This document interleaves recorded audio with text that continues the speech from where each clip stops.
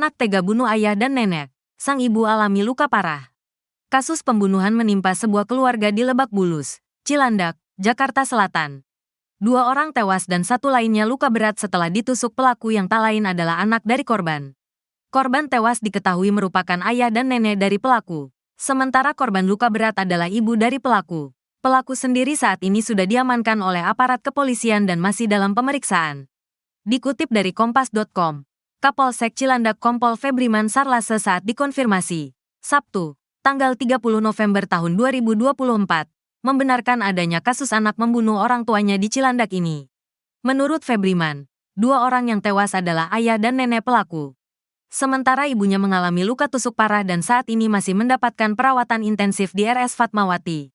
Untuk ibu sementara sudah kita bawa ke rumah sakit Fatmawati dalam keadaan luka berat, ujar Kapolsek Cilandak Kompol Febriman Sarlase saat dikonfirmasi, Sabtu, tanggal 30 November tahun 2024.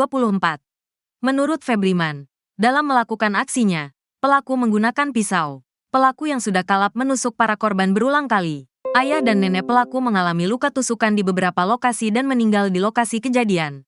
Kedua korban ditemukan sudah dalam kondisi terkapar di lantai dasar rumahnya. Dua-duanya ada di lantai dasar, ungkap dia. Tak lama setelah menusuk ketiga korban, polisi langsung menangkap pelaku yang kini sedang diperiksa di Polsek Cilandak. Untuk pelaku atau tersangka sudah diamankan di Polsek Cilandak, imbuh dia. Saat ini, polisi masih mendata ketiga korban dan tersangka.